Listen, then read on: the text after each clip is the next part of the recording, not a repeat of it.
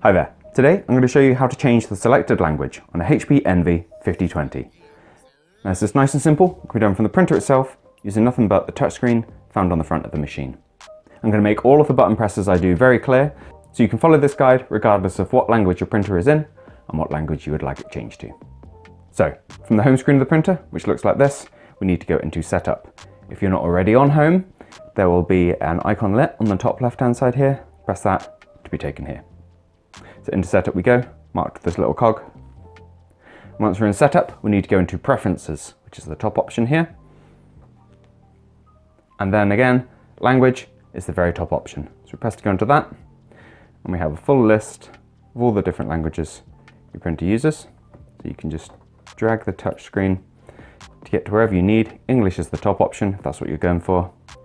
Press to go into that, yes to confirm, and you are done. Now I hope you found this video useful. If you have, let me know with a like. If there's anything else we can help with, drop it down in those comments. Otherwise, thank you for watching, and I'll see you next time. Take care. Bye bye.